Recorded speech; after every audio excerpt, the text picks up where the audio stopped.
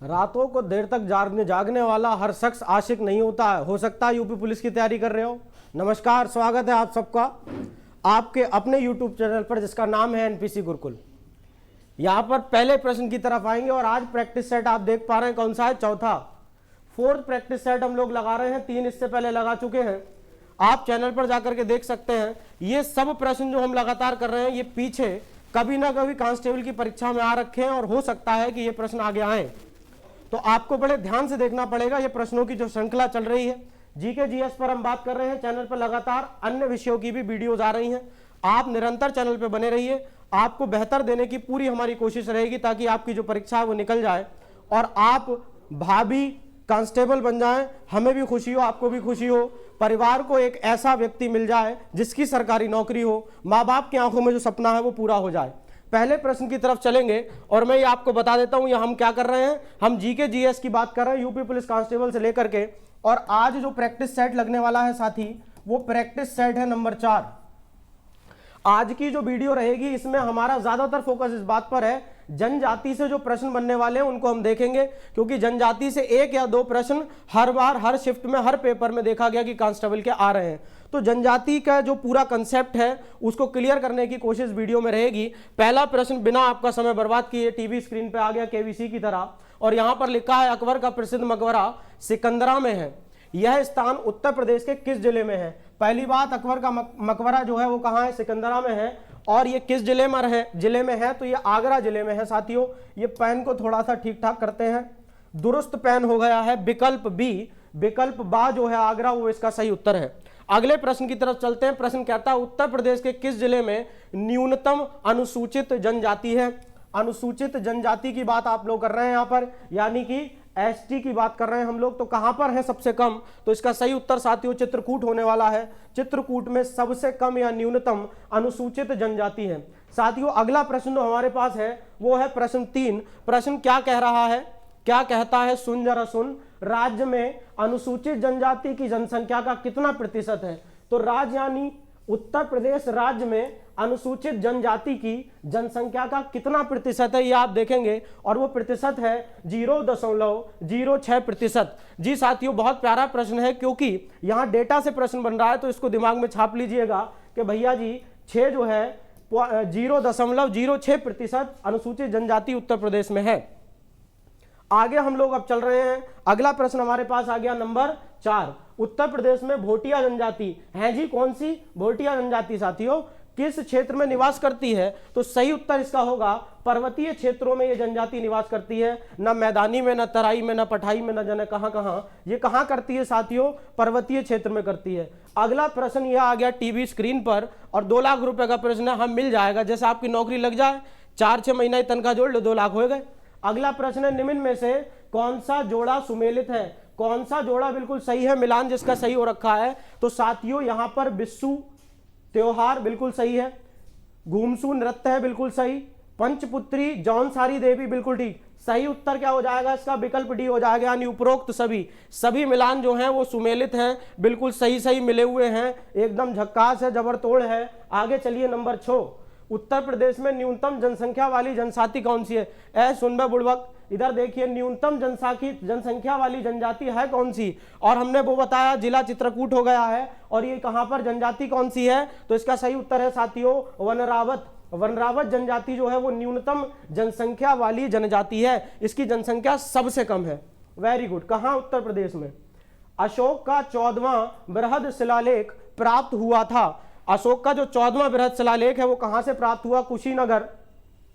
कुशीनारा, कौशाम्बी, कालसी या कालपी। तो ज्यादातर लोगों के मस्तिष्क में जो सवाल इसका उत्तर आएगा वो कालपी आएगा, पर साथियों हम आपको थोड़ा सा सही कर देते हैं, कालसी इसका उत्तर सही है। विकल्प कालसी इज द राइट विकल्प या राइट ऑप्शन, राइट आंसर। अगला चलते हैं। प्रश्न आ गया है 8 टीवी स्क्रीन पे, 13,000 रुपए के लिए प्रश्न है। उत्तर प्रदेश में ताम्र पाषाण कालीन है जी, कौन सा? ताम्र पाषाण कालीन संस्कृति के साक्ष्य किन जिलों से प्राप्त हुए हैं? तो वे जिले हैं मेरठ और सहारनपुर। हाँ जी, बहुत ही चर्चित प्रश्न है और आप में से बहुत सारे साथी इसका जवाब जानते होंगे, पर जो प्रश्न करा रहे हैं सबका जवाब आप नहीं जानते होंगे, इसलिए वीडियो अंत तक देखें। अगला प्रश्न आ गया 9वां।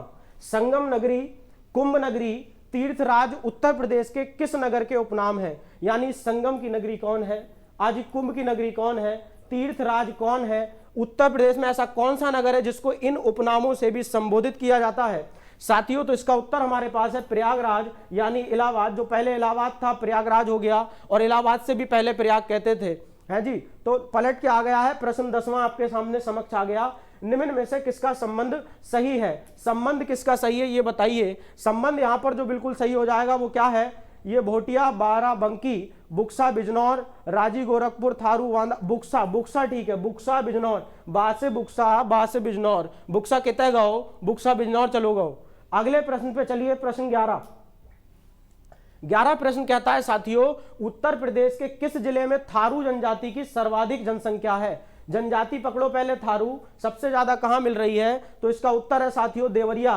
देवरिया उत्तर प्रदेश का आखिरी जिला भी है। आप में से बहुत सारे लोग, अगर हो सकता है कोई हमारे साथी देवरिया से देख रहे हैं वीडियो, अगर आप शेयर करोगे तो देवरिया पहुंच भी जाएगी। अच्छी चीजें शेयर किया करें, चैनल को सब्सक्राइब किया करें, ताकि जो वीडियो है वो घंटा जो उसको दबा दें, वीडियो का नोटिफिकेशन आएगा, एकदम वीडियो पे जाएं। आपको संपूर्ण तैयारी यहां पर कराई जा रही है विभिन्न विषय की, और वीडियो को ज्यादा से ज्यादा शेयर करें। उससे सिर्फ इतना ही होता है, जब आप लाइक शेयर करते हैं, कमेंट करते हैं, तो हौसला अफजाई होती है कि जो चीज हमने बनाई किसी के काम आई, तो हमने कल को फिर बनाई, फिर आपके काम आई, फिर परसों फिर बनाई, तो ऐसे ही बनाने का सिलसिला चलता जाएगा साथियों। अगला प्रश्न है 12वां, राज्य में देव छठ का मेला कहां लगता है? देव छठ का मेला कहां लगता है? तो मथुरा के पास लगता है। ये कहां? दाऊजी में। दाऊजी में, मथुरा के निकट ये मेला लगता है साथियों। कौन सा? देव छठ का मेला। आगे चलेंगे प्रश्न 13 पे। श्रृंगी रामपुर में श्रृंगी ऋषि, देखिए श्रृंगी रामपुर जगह हो गया जी, और श्रृंगी ऋषि नाम हो गया जी, का प्रसिद्ध मंदिर है। यह मंदिर उत्तर प्रदेश के किस जिले में स्थित है साथियों? सही उत्तर है इसका फर्रुखाबाद जिला। फर्रुखाबाद जिले में है। मथुरा, सहारनपुर, सीतापुर नहीं, बिल्कुल सही है। फर्रुखाबाद बिल्कुल सही है साथियों, बिना किसी डाउट के, बिना किसी झंझट के। बहुत वीडियो कैसा जा रहा है मास्टर? वीडियो जा रहा है जबरदस्त। बेटे आप जबर पे ध्यान दीजिए, बात का वर्ड मत सुनिए, क्या है वो थोड़ा सा ठीक नहीं है ना। गुप्तकालीन दशावतार मंदिर कहां पर प्राप्त हुआ था? गुप्त काल का जो दशावतार मंदिर है वो कहां प्राप्त हुआ साथियों? तो इसका सही उत्तर कौशाम्बी, अयोध्या, मथुरा, देवगढ़ में प्राप्त हुआ है जी। देवगढ़ में प्राप्त हुआ साथियों, देवगढ़ में प्राप्त हुआ। अरे भाभी पुलिस वालों, आगे बनने वालों, देवगढ़ में प्राप्त हुआ। प्रश्न 15 का उत्तर देखेंगे। राज्य की जौनसारी जनजाति के लोग निम्न में से किसकी पूजा करते हैं? बताएंगे किसकी पूजा करते हैं? महादेव, दुर्गा, इंद्रदेव, ब्रह्मा। आप मेरे बोलने से पहले आंसर अगर समझ पा रहे हैं तो कमेंट बॉक्स आप ही के लिए, कमेंट में लिख दें फटाफट, सर जी जो होगा इसका आंसर। तो यहां पर जो सही उत्तर है वो है दुर्गा। दुर्गा की पूजा जो करते हैं वो जौनसारी जनजाति के लोग पूजा करते हैं, ठीक है जी, दुर्गा की। आगे चलेंगे।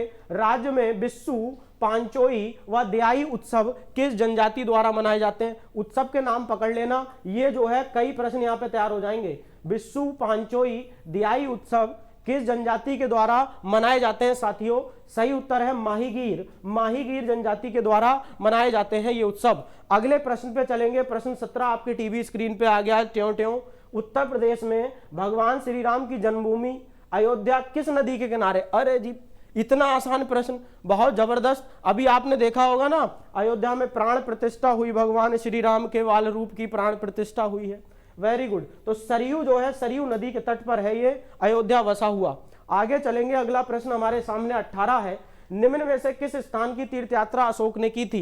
तो अशोक एक महान शासक हुए, है ना। एक जो है कलिंग का युद्ध हुआ, उसके बाद उनके हृदय में परिवर्तन हो गया, बौद्ध धर्म की तरफ उनका झुकाव बढ़ गया, और उन्होंने वहां हर जगह गए, वो जहां जहां बुद्ध ठहरे थे गए थे। तो बुद्ध लुम्बिनी ना गए का कपिलवस्तु में, सारनाथ ना गए का श्रावस्ती में, गया ना गए का कुशीनगर में, हर जगह गए। तो सही उत्तर क्या हो गया इसका?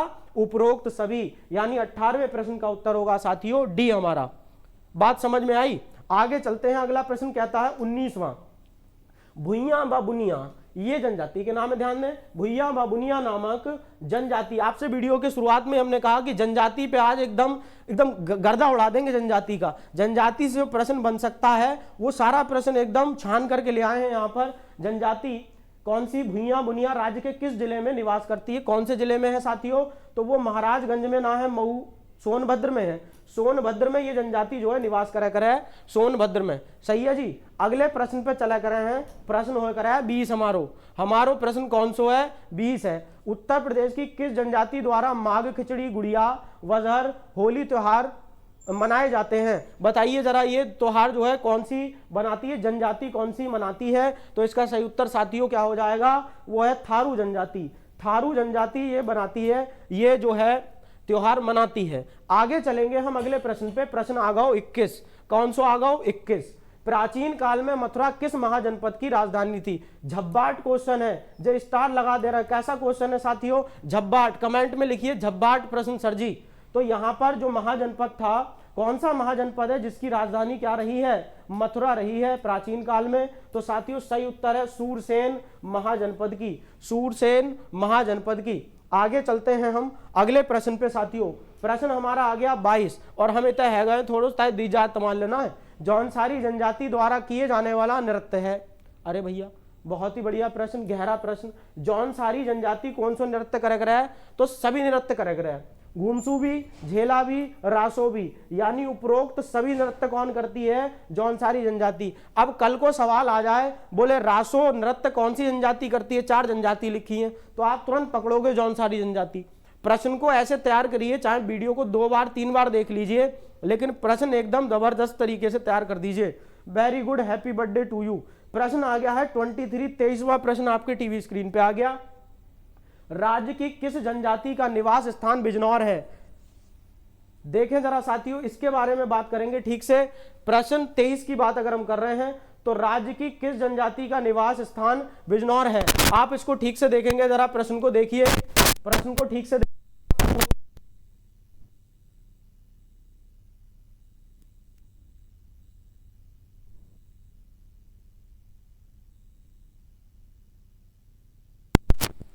तो साथियों क्या हो गया इसका? हाँ जी, वो थोड़ा सा मास साहब से हमारा चल रहा था टेक्निकल टीम से दिक्कत को, समस्या को। अरे आवाज गड़बड़ हुई, अब ठीक हो गई ये बात साथियों, मुझे लगता है अब ठीक है ये आवाज। तो यहां पर जो सही उत्तर होगा वो क्या हो जाएगा? माहीगीर। माहीगीर जनजाति जो है बिल्कुल सही इसका उत्तर हो जाएगा साथियों। अगला प्रश्न मेरे समक्ष, हमारे समक्ष, सबके समक्ष आ गया 24। प्रश्न 24 कह रहे हैं राज्य में कर्मा नृत्य किस जनजाति द्वारा किया जाता है? तो माफ कीजिएगा, कौन सी जनजाति है जो कर्मा नृत्य करती है साथियों? वो है खरवार। खरवार जनजाति जो है वो कर्मा नृत्य करती है। Very good. आगे चलते हैं प्रश्न 25।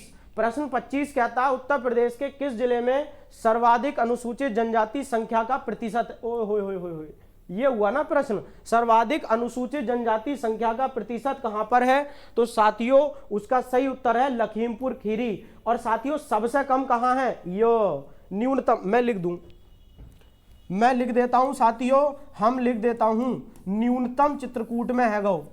ठीक है जी साथियों। अगला प्रश्न हमारे सामने आ गया 26वां। राज्य की पठारी जनजाति का निवास, कौन सी जनजाति मास्टर? पठारी जनजाति का निवास जिला कौन सा है? तो इसका सही उत्तर होगा जौनपुर, नहीं सोनभद्र, ये भी नहीं होगा, सोनभद्र। सोनभद्र इसका सही उत्तर है साथियों, सोनभद्र पठारी जनजाति का निवास जिला है। अगले प्रश्न पे चलते हैं हम लोग। अगला प्रश्न जो हमारे पास आया वो क्या है? प्रश्न 27 आ गया है।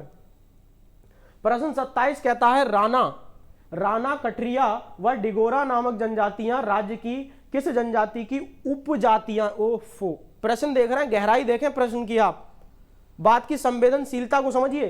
कह रहे हैं जनजाति में भी कौन सी उपजातियां हैं? है जी राणा, कटरिया और डिगोरा। तो इसका सही उत्तर होगा साथियों बुक्सा। बुक्सा जनजाति कहां मिला कर है? बिजनौर में। देखो तो वही तो पढ़ा हुआ प्रश्न बता रहे हैं जो भी करा। Very good. अगला प्रश्न है साथियों 28 प्रश्न। राज्य के किस जिले में थारू जनजाति के लड़के लड़कियों को शिक्षा प्रदान करने के लिए महाविद्यालय खोला है? भैया ट्रिपल स्टार लगा दो, बहुत ही बढ़िया प्रश्न है पूछे जाने की नजर से। अरे भाई शिक्षा पे तो बल दे रहे हैं और लड़के लड़कियों के लिए कौन सी? थारू जनजाति। किस जिले में थारू जनजाति के लड़के लड़कियों के लिए महाविद्यालय खोला गया? तो इसका सही उत्तर है इलाहाबाद, जो आज की डेट में किस नाम से जाना जा रहा है साथियों? प्रयागराज। प्रयागराज नाम से जाना जा रहा है, प्रयागराज। ठीक है जी। तो इलाहाबाद आए या प्रयागराज आए, हमारा उत्तर यही रहने वाला है, बदलेगा नहीं। प्रश्न आ गया 29। राज्य की थारू जनजाति द्वारा चावल से बनाई मदिरा को कहा जाता है? कहा नहीं है ये कहा जाता है। क्या कहा जाता है? एक तो थारू जनजाति है, ऊपर से जो बना रही है दारू। मदिरा का मतलब साथियों क्या हो गया? अरे हंस रहे हो आप लोग, शराब, लिकर, दारू, ये सब इसी के तो नाम हैं। मदिरा ये थोड़ा सा गौण रूप है इसका, है जी। तो इसको क्या नाम दिया गया साथियों? इसको नाम दिया गया न माड़, न कड़ा, न पाड़, नाम है जाड़, नाम है जाड़। प्रश्न 29 का आप जो है उत्तर देख पा रहे हैं, जाड़ इसका सही विकल्प हो गया। अगला प्रश्न हमारे सामने टीवी स्क्रीन पे झंझनाता सनसनाता प्रश्न 30 कह रहे हैं, चंद्रपुरा ताप विद्युत गृह किस जिले में स्थित है? बताएंगे। जमशेदपुर है कि धनबाद है कि बोकारो है कि सरायकेला है? तो साथियों उत्तर है इसका बोकारो।